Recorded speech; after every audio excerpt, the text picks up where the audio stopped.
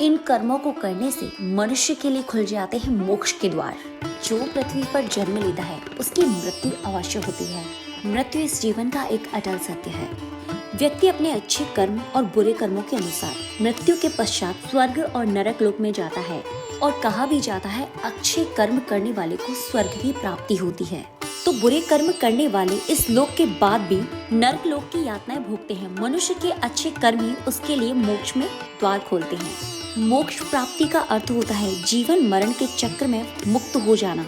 मोक्ष की प्राप्ति के बाद मनुष्य को दोबारा इस मृत्यु लोक पर जन्म लेने की कोई आवश्यकता नहीं होती। इसीलिए हर मनुष्य मृत्यु के पश्चात मोक्ष की प्राप्ति करना चाहता है। शास्त्रों में कुछ ऐसे कार्य बताए गए हैं जिन्हें करने से मनुष्य के मृत्यु समय कष्ट कट जाते हैं। उसे इस लोक के बाद स्वर्ग में स्थान मिलता है। मनुष्य जीवन के बंधन से मुक्त होकर मोक्ष की प्राप्ति करता है। मोक्ष की प्राप्ति के लिए रामचरितमानस का पाठ जरूर करना चाहिए। रामचरितमानस का पाठ बहुत ही पुण्यकारी है। इसीलिए मनुष्य को रामचरितमानस का पाठ नियमित रूप से करना चाहिए। रामचरितमानस भगवान राम के विषय में लिखा गया है। इसके बारे में कहा गया है कि इसकी चौपाई केवल वाक्य या शब्द की माला नहीं है, बल्कि मृत्यु के पश्चात भी मनुष्य को वह पार कराती है। रामचरितमानस का पाठ डेली नियमित रूप से करने से मनुष्य को इस लोक के बाद उच्च लोक की प्राप्ति कराता है। एकादशी व्रत को सभी व्रतों में श्रेष्ठ बताया गया है। शास्त्रों में भी एकादशी व्रत की महिमा बताई गई है। एकादशी व्रत के विषय में शास्त्रों में उल्लेख मिलता है, यदि कोई मनुष्य निष्ठा और नियम के साथ एकादशी व्रत करता है तो उसे जीवन मरण में बंधन से मुक्त होकर मोक्ष की प्राप्ति होती है। मार्गशीर्ष मास में पड़ने वाली एकादशी मोक्षदा एकादशी कहा जाता है। जो मनुष्य मोक्षदा एकादशी का व्रत करता है उसे मोक्ष की प्राप्ति होती है। भगवान वैकुंठ का धाम मिलता है।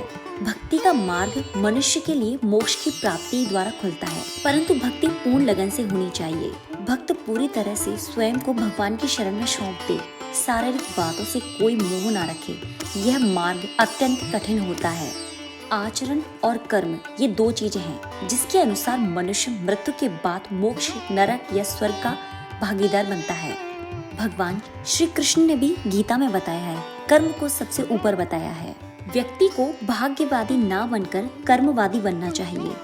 अच्छा और सात्विक आचरण एवं अच्छे कर्म के द्वारा ही व्यक्ति इस जन्म मरण के बंधन से मुक्त हो जाता है।